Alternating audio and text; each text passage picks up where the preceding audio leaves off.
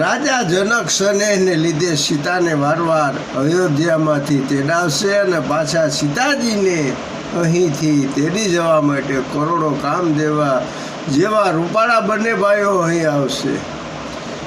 વિવિધ ભાત બહિમણ પહુનાઈ પ્રિયન કાહી યશ સાસુર માહી તબ તબ રામ લખન ही हारी होही सब पूर लोग सुखारी. તેમની અનેક પ્રકારની મહેમાન ગતિ થશે. હે સખી, આવું સારું કોને વહાલું ન લાગે. જ્યારે રામ લક્ષ્મણ અહીં આવશે ત્યારે તેમને જોઈ નગરમાં સર્વ લોકો સુખ પામશે.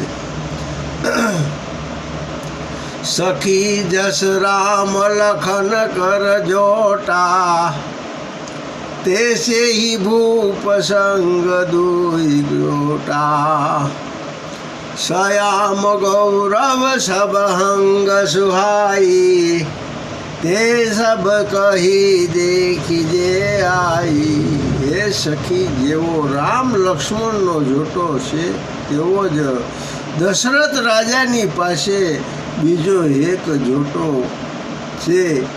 જેવો જોઈ આવ્યા તે સંગળા આવીને એમને કહેશે કે એ જોટામાં પણ એકનું અંગ શ્યામ સુંદર છે અને બીજાનું અંગ ગૌરવ છે. કહા એક મેં આજ નિહારી જનુ વીર સિંહ નિજ હાથ સવારી ભરત રામ કી અનુહારી હસ લખી ન શકહી નર નારી. એક જણ જે કહેતો હતો કે હું આજે જોઈ આવ્યો છું તેમને વિધાતાએ જાણે પોતાના જ હાથથી બનાવ્યા હોય એવા જ છે. ભરતને રામનો અણસાર એવો તો એકબીજાને મળતો જ છે. કોઈ સ્ત્રી કે પુરુષ જલ્દી ઓળખી શકે જ નહીં. લખન શત્રુ સુદનમ એક રૂપા નખ શીખતે સબ હંગનુપા મન ભાવહી મુખ બરની ન જાહી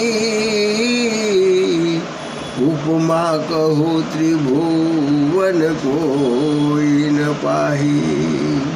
લક્ષ્મણ તથા શત્રુજન પણ એક સરખા જ રૂપવાળા છે અને નખથી તે શિખા પર્યત સર્વ અંગો અનુપમ છે.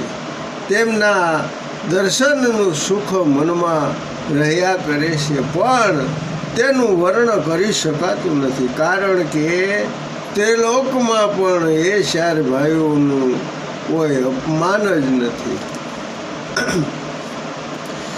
ઉપમાન કોઈ કહું દાસ તુલસી તહું કબી કો બીદ હે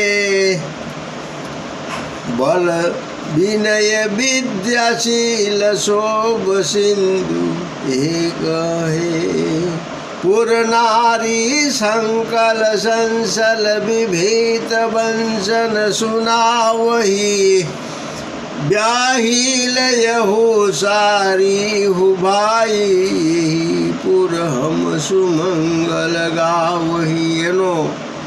એવોનું કયાય કોઈ પણ ઉપમા જ નથી. એટલે પછી કવિ વિધાન કયા પ્રકારે તેમનું વર્ણન કરી શકે છે. બળ વિજય વિદ્યા શીલ શોભા એમના સમુદ્ર રૂપ એ ચાર ભાઈઓ પોતે પોતપોતાના જેવા જ શહેરની સ્ત્રીઓ શેડા પાથરીને વિધાતાની પ્રાર્થના કરવા લાગી કે હે વિધાતા, ચારે ભાઈઓ વિવાહ આ નગરમાં થાય એમ મંગલ ગીત ગાય એવી કૃપા કરજો.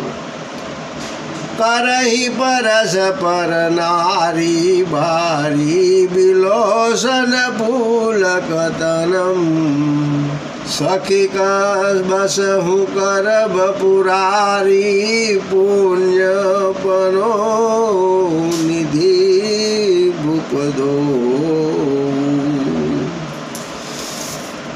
નેત્રમાં હર્ષુવાડી અને સહે શરીરે રોમાંચિત થયેલી સ્ત્રીઓ પરસ્પર કહેવા લાગી કે બંને રાજાઓ પુણ્યના સમુદ્ર રૂપશે, માટે સદાશિવ સંગડા મનોરથ પરિપૂર્ણ કરશે. એહી વિધિ સંકલ મનોરથ કરહી, આનંદ ઉમંગી ઉમંગ હર ભરહી. જેનું પશિય સંયમ બરહાઈ, દેખી બંધુ સબ તીને સુખ પાઈ. સંગડા પૂર્વાસી આ પ્રમાણે મનોરથ સેવી રહ્યા હતા અને વારવાર આનંદ ઉભરાવાથી તેમની છાતી ભરાઈ આવી હતી.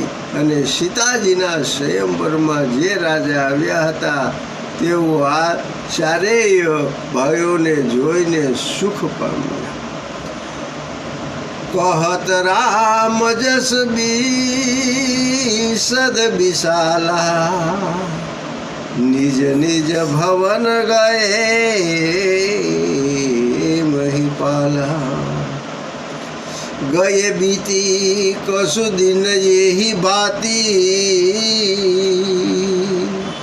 પ્રમુદિત પુરજનમ સંકલ બરાતી. આ પ્રમાણે કેટલાક દિવસ પસાર થઈ ગયા અને નગરના લોકો સૌ લોકો અને બધા જાનૈયા આનંદિત થયા. રામચંદ્રજીની નિર્મળ કીર્તિનું વર્ણન કરતા કરતા રાજાઓ પોતપોતાને ઘેર ગયા.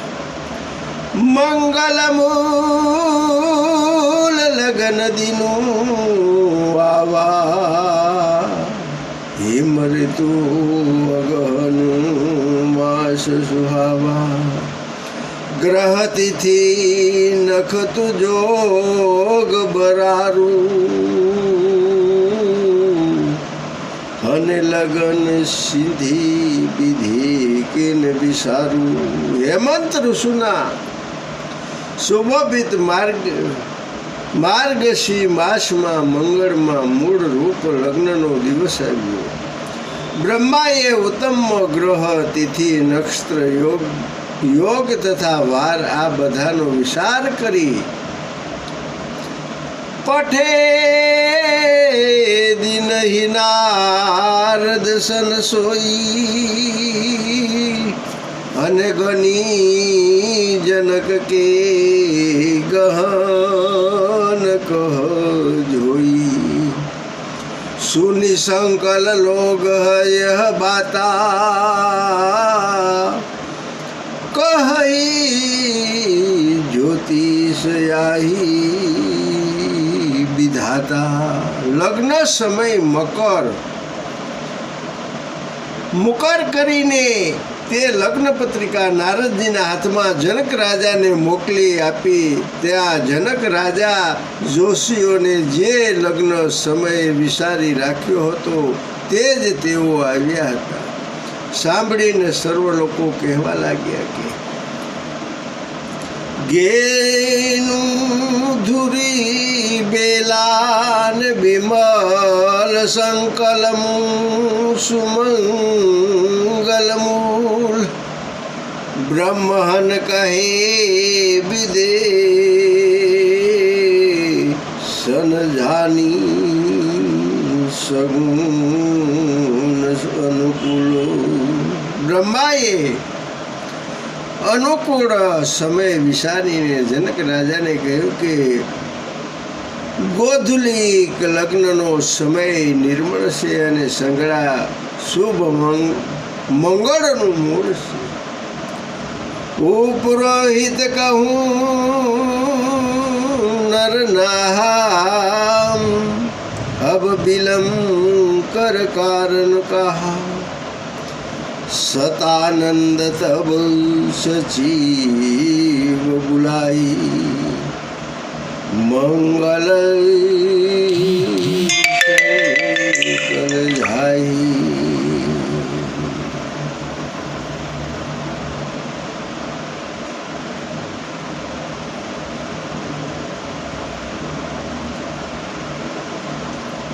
सतानंद सचिव बुलाए मंगल शंकर साजी बुलाई। રાજા જનકે પુરોહિતને કહ્યું કે હવે વિલંબ કરવાનું શું કારણ છે? આથી પુરોહિતજી એવા સતાનંદ મુનિએ મંત્રીઓને બોલાવ્યા અને તે સંઘડી મંગળ સામગ્રી સજાવી લઈ લાવ્યા। શંખ નિશાન પવન બહુ બાજે અને મંગલ કલશ સગુણ શુભ સાજી। શુભંગ સુહાસિન ગાવહી ગીતા કરહી બેદ ધુની બ્રીપ પુનિતા। શંખ નગારા તથા ઢોલ વાગવા લાગ્યા। વિવાહના આરંભમાં સર્વ સુખોનો સહિત મંગળ કળશ સજાવવામાં આવ્યા। સુહાગણોના માંગલિક ગીત ગાવા લાગી અને બ્રાહ્મણો પવિત્ર વેદ ધ્વનિ કરવા લાગ્યા। જય બાલવીમાં બાબરા વીર કાંઠા હતા પ્રેમજી હતા હાજરા સર્વદેવ બધાનું રક્ષણ કરજો। ઓમ નમો ભગવતી વાસુદેવાય નમઃ। હરિ ઓમ કીર્તનમ ભદ્રમ સુતમ તજ જ્ઞાન।